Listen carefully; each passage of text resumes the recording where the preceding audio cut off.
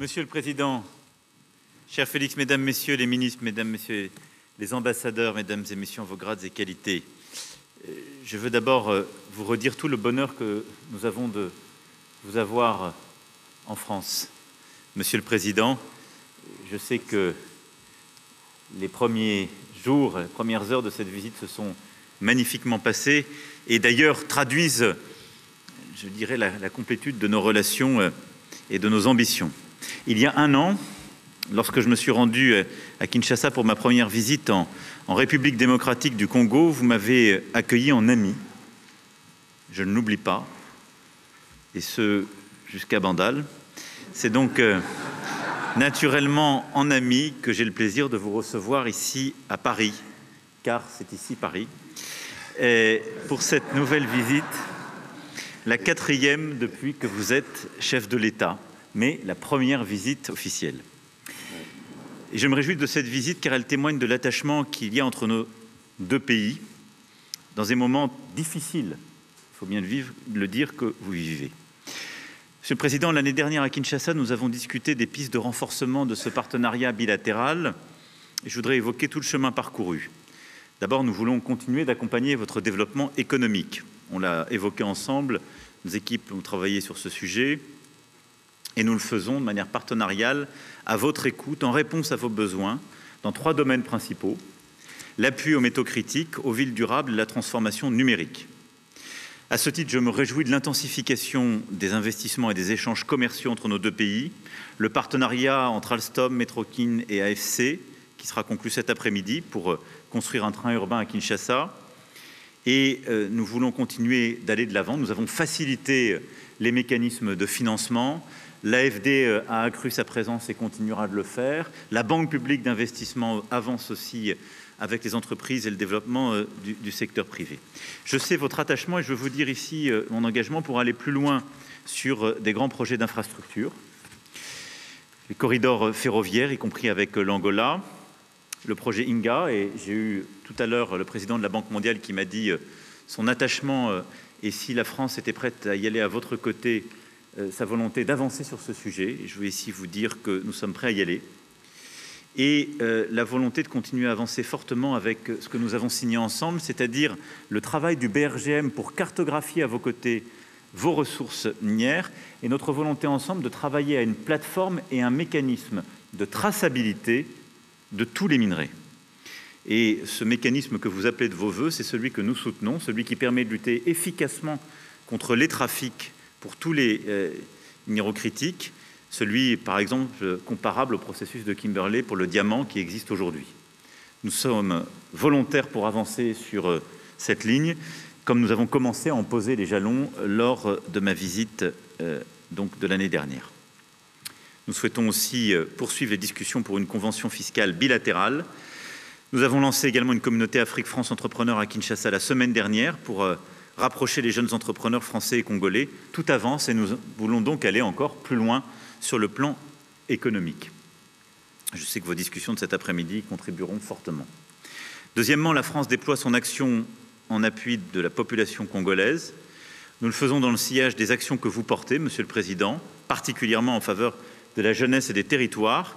Depuis 2022, sur un horizon de 3 ans, nous avons engagé ensemble pas moins de 500 millions d'euros dans votre pays pour des projets concrets en matière de santé, d'éducation, d'enseignement supérieur et de recherche, de formation professionnelle, d'entrepreneuriat culturel ou encore de sport. Une fois ces engagements respectés, et ils le seront bientôt, je souhaite que nous puissions signer prochainement un nouveau protocole pluriannuel. Je veux ici saluer les initiatives concrètes pour la jeunesse. J'en prendrai 2 à titre d'exemple. Dans le domaine de la mode, la France accompagnera bientôt la création d'un institut régional de la mode à Kinshasa. Et dans le domaine sportif également, nombre de grands sportifs congolais jouent en France, à commencer par le capitaine des Léopards, Chancel Memba, à qui je souhaite le meilleur pour le match de jeudi avec l'OM. Et nous voulons développer notre coopération sportive et allons soutenir la mise en place d'un institut national du sport à Kinshasa sur le modèle de l'INSEP en France. Ce projet vous avait été présenté, je le sais, hier, en marge d'un grand match de football qui s'est tenu à Clairefontaine. Troisièmement, la France voit dans la RDC un partenaire clé dans la protection des trésors que nous avons en partage. La forêt du bassin du Congo est l'un des poumons de notre planète. Nous avons lancé, lors de la COP28 de Dubaï, un partenariat pour les forêts, la nature et le climat, ensemble aux côtés des États-Unis et de l'Allemagne, pour mutualiser les appuis financiers et techniques. Et je me réjouis que votre pays ait accepté de faire de Kinshasa la capitale hôte de la prochaine conférence des parties du partenariat pour les forêts du bassin du Congo, co-organisée avec le Gabon et la France. L'autre trésor que nous avons en partage avec les forêts, c'est la langue. La RDC est le premier pays francophone au monde. La francophonie est un trésor en partage, communauté de valeurs, de solidarité, dynamique et créative, et je suis à cet égard heureux de pouvoir vous réaccueillir lors du sommet de la francophonie en octobre prochain. Quatrièmement, nous voulons défendre la consolidation de la souveraineté de votre pays. C'est l'objectif de notre excellente coopération de sécurité et de défense. Le ministre des Armées se rendra donc prochainement dans votre pays sur la base des échanges que nous avons eus pour consolider en particulier les initiatives en termes de formation, mais aussi capacitaires que nous pourrions prendre pour renforcer justement cette souveraineté. C'est ce qui s'est manifesté à travers notre soutien à la création d'une école de guerre à Kinshasa, par notre appui à la formation d'une brigade de combat en jungle de votre armée. Cette dynamique, nous voulons la poursuivre. Elle est clé, y compris pour donner une crédibilité à ce partenariat minier et au retour plein et entier de votre souveraineté dans toutes les régions de votre territoire. Et c'est pourquoi nous voulons être à vos côtés pour ces objectifs de défense et de sécurité. Et donc le ministre des Armées fera le suivi dans les prochaines semaines en se rendant à vos côtés. Enfin, votre visite intervient, je l'ai évoqué, dans un contexte particulièrement tragique pour le peuple congolais. Nous en avons évidemment longuement parlé avec le président à l'instant. La population de l'Est de la RDC souffre depuis maintenant 3 décennies des conflits armés, des déplacements de population et des ingérences étrangères. La France continuera à se battre pour qu'elle ne soit pas oubliée et qu'une solution soit trouvée. Et vous recevoir, passer le temps que nous avons passé à parler en détail de ce qui se joue, c'est aussi redire très clairement qu'il ne peut pas y avoir de double standard et que nous qui défendons l'intégrité territoriale en Europe, nous la défendons aussi sur le continent africain. Dans ce contexte particulièrement douloureux, je veux évidemment réexprimer notre solidarité avec le peuple congolais et rappeler ici la position de la France. D'abord, la France ne transigera jamais sur l'intégrité territoriale et la souveraineté de la RDC. Ensuite, nous n'avons aucune difficulté à pointer les responsabilités. Je vais le dire avec la plus grande clarté possible, la France condamne fermement l'action de tous les groupes armés, et particulièrement l'offensive du M23, qui doit cesser les combats et se retirer de l'ensemble des territoires qu'il occupe. Tous les groupes armés, je dis bien tous, doivent être désarmés progressivement, démobilisés. Et c'est un recours plein et entier à votre souveraineté qui doit s'en suivre. Le Rwanda, je l'ai redit au président Kagame dans un échange récent, doit cesser son soutien au M23 et retirer ses forces du territoire congolais. Je lui ai redit et je le rappellerai dans les prochains jours. Et l'urgence est à la désescalade. Il est également important, dans le même temps, de lutter contre les discours de haine et l'action des anciens génocidaires du FDLR. Et je veux vous remercier pour les engagements très clairs que vous avez pris, pour à la fois agir de manière très concrète et assumer politiquement la lutte contre les FDLR, et nous engager la communauté internationale et les forces onusiennes pour accompagner le processus, évidemment, de DDR de cette force. Aucune de ces forces n'a quelque légitimité que ce soit. La seule force armée qui peut et doit opérer sur votre territoire, ce sont les forces armées de la RDC.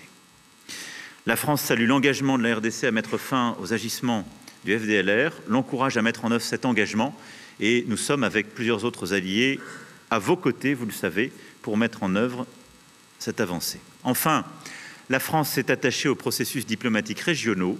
Nous pensons que la priorité doit être au dialogue et à la recherche d'une solution diplomatique sous l'égide du président angolais Lourenço. Et nous soutenons cet agenda. Je souhaite qu'il puisse maintenant porter ses fruits de manière très concrète sur le plan justement des décisions sécuritaires et politiques. Et j'ai dit au président, nous allons très fortement l'appuyer, nous réengager, et je souhaite que d'ici à la fin de l'été, nous puissions avoir des initiatives pleinement conclusives pour sortir de la situation que vous connaissez depuis trop de temps. Voilà, Monsieur le Président, cher Félix, ce que je souhaitais dire aujourd'hui.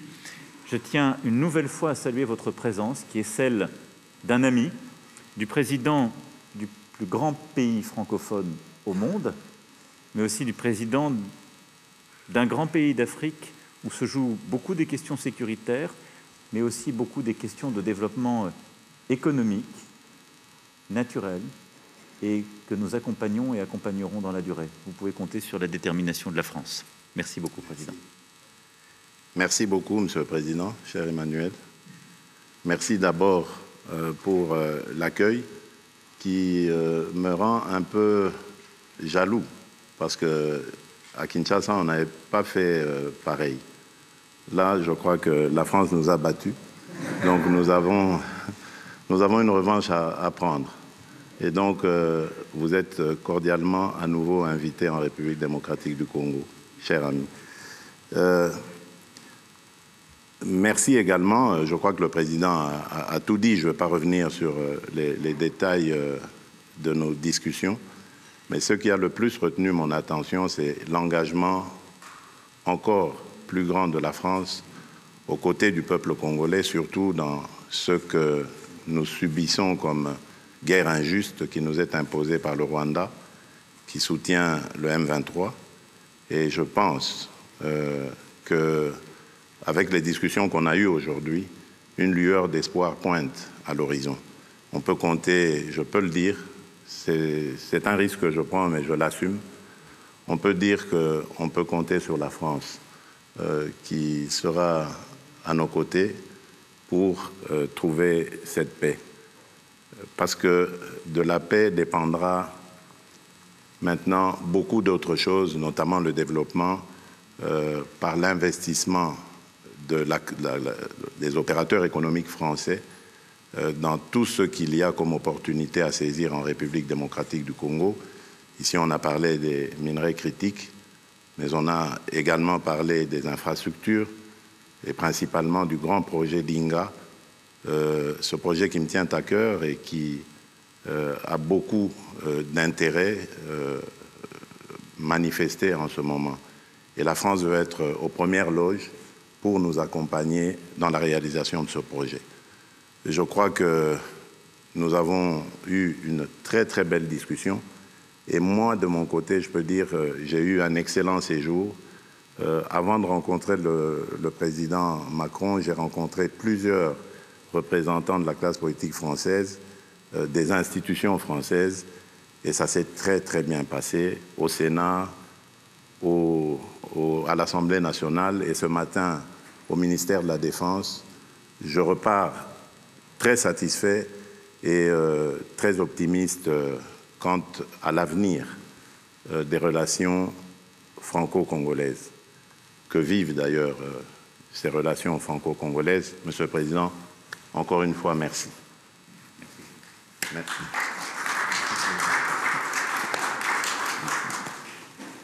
On va prendre, je crois, 2 questions. Bonjour, Monsieur le Président. Alors, excusez-moi, mais nous, on a un train de retard, on n'a pas participé au dîner. Alors, je voudrais commencer par parler de cette guerre. Tout commence au génocide rwandais. La France a beaucoup à se reprocher. Le président Macron l'a dit et redit. Ce serait peut-être l'occasion de lever ou de déclassifier les documents toujours secrets pour savoir ce que l'on a exactement à se reprocher. Alors aujourd'hui, la guerre continue et des sanctions sont demandées par la République démocratique du Congo. Ma première question, c'est est-ce que cela a toujours été ou est toujours à l'ordre du jour? Je vous avais déjà posé la question l'année dernière, ici. Ça, c'est pour le président Macron. J'ai une question pour le président Tshisekedi. Le président Sarkozy, c'était il y a beaucoup plus longtemps, avait parlé d'exploitation commune des ressources de la sous-région. Jusqu'où n'irez-vous pas pour obtenir la paix? Est-ce que avoir cette paix, pour vous, aura aussi le prix de concession demandé par d'autres pays, et particulièrement le Rwanda? Je vous remercie. Sur les sujets, merci beaucoup pour votre question, sur les sujets mémoriels que vous avez évoqués,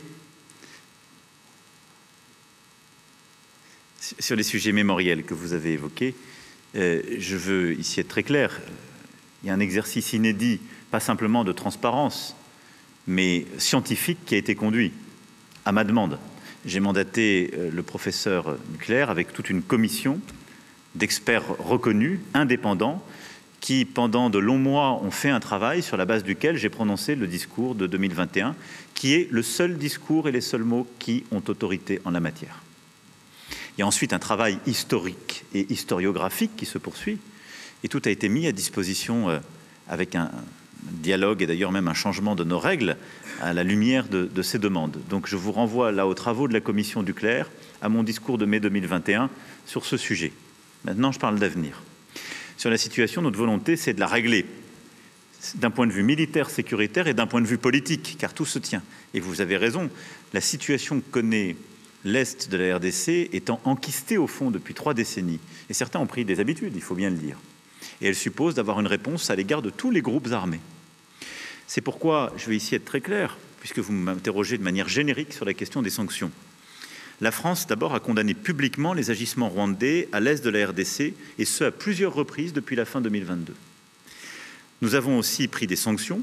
Au niveau européen, c'est parce que la France a plaidé justement pour le renforcement du régime en vigueur en décembre 2022 que des mesures restrictives individuelles inédites ont été prises 6 mois plus tard à l'encontre des groupes armés congolais M23 et FDLR et d'un officier rwandais impliqué sur le terrain au Nord Kivu. Nous continuerons à explorer cette voie à chaque fois qu'elle sera nécessaire. On a d'ailleurs parlé très précisément avec le président de ce sujet. Pour le moment, nous considérons que, d'abord, on continuera à apporter des sanctions comme ça individuelles et ciblées en fonction des évolutions sur le terrain. Notre priorité, elle est à l'action DDR à l'égard de tous les groupes armés, réimplication des forces régionales onusiennes reconnues et acceptées par la RDC sur son sol, et avec un travail et des engagements que nous demandons au Rwanda. Et ce faisant, nous pensons que le dialogue et la recherche de la solution diplomatique et sécuritaire est plus efficace à ce jour. Mais rien ne doit être exclu, et nous ferons tout ce qui est utile à chaque étape, comme nous l'avons fait tous ces derniers mois et ces dernières années. Oui.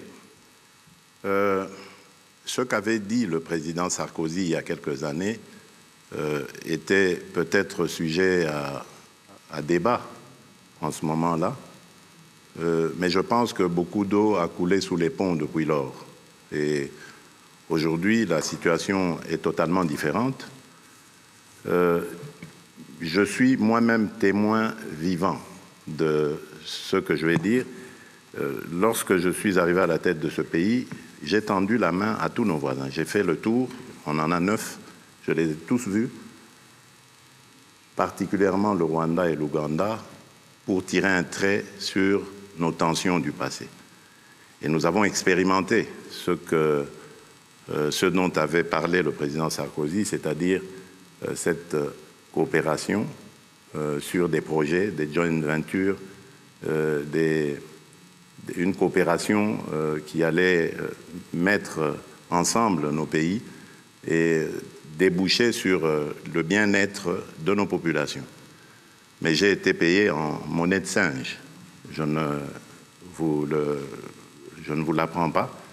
Vous le savez, nous avons été poignardés dans le dos par le Rwanda qui, au lieu de se contenter de cette proposition que je faisais, qui allait garantir une transparence dans nos échanges et garantir aussi le principe gagnant-gagnant dans cette collaboration, ils ont préféré continuer ce trafic illicite qu'ils mènent sur le sang du peuple congolais. Et cela me rend donc plus réfractaire à l'idée de pouvoir rééditer cette expérience. En tout cas, du moins, tant que sera à la tête de ce pays le président Kagame. Peut-être que les choses évolueront, qui sait, mais en ce moment, malheureusement, le rêve du président Sarkozy n'est pas réalisable en République démocratique du Congo. Bonjour, James André pour France 24. Alors au fond, j'ai une question qui est pour vous deux, présidents d'ailleurs. C'est-à-dire qu'en fait, on voit que le processus de Luanda patine depuis maintenant un an. On peut dire que la situation dans le Nord Kivu est pire aujourd'hui qu'elle ne l'était il y a un an, avec le M23 qui a avancé, qui entoure Goma. Il n'y a pas de dialogue. Vous venez finalement de le dire à l'instant, Monsieur Tshisekedi, vous ne voulez pas parler à Paul Kagame pour l'heure. Donc ma question est d'abord, pour vous, qu'est-ce qu'il faudrait pour que eh bien, vous vous mettiez à la table et que ces discussions puissent reprendre?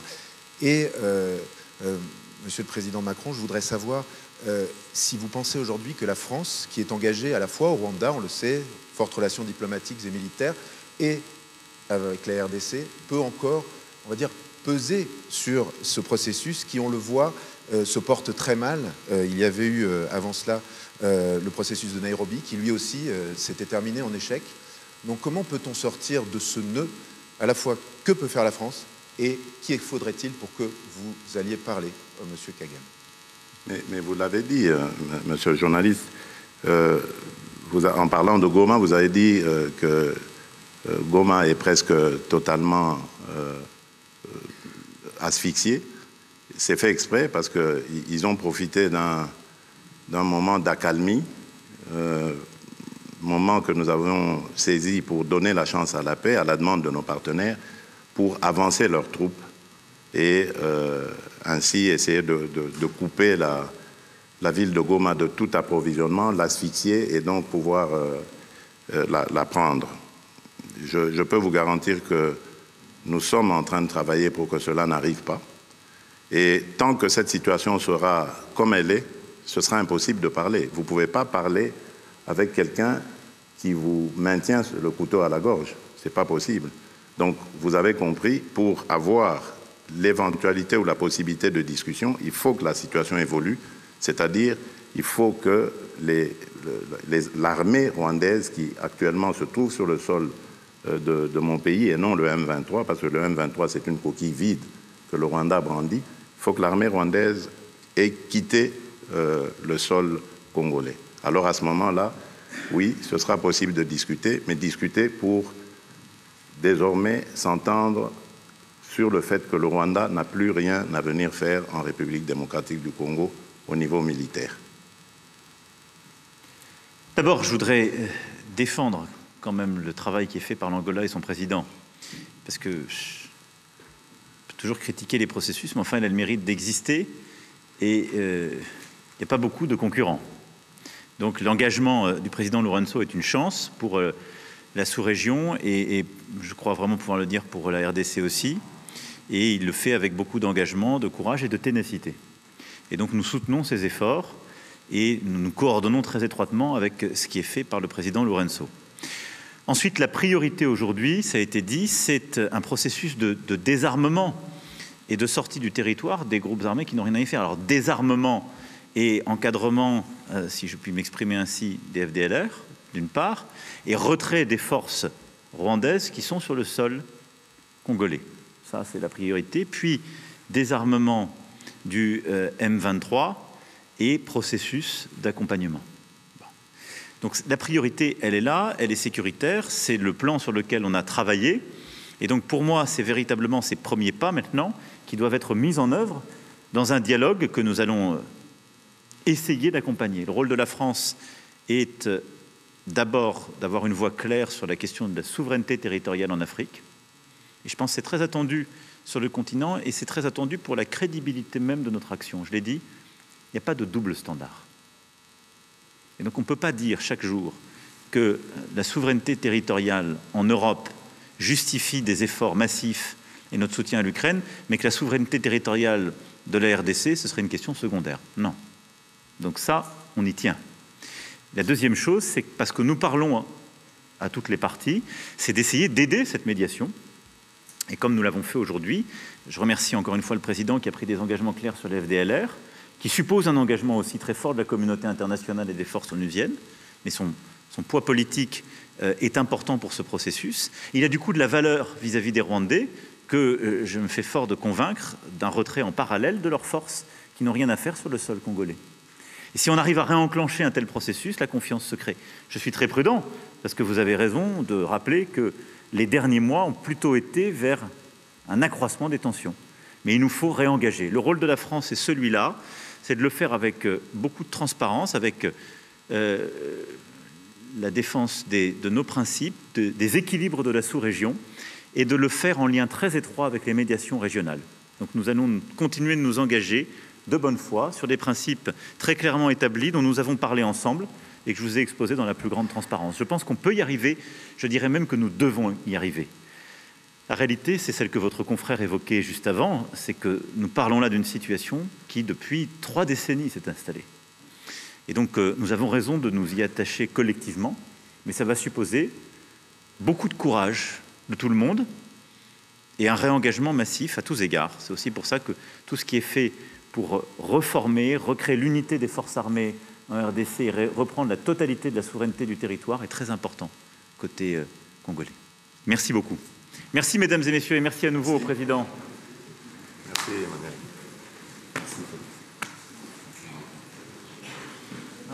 On a exactement.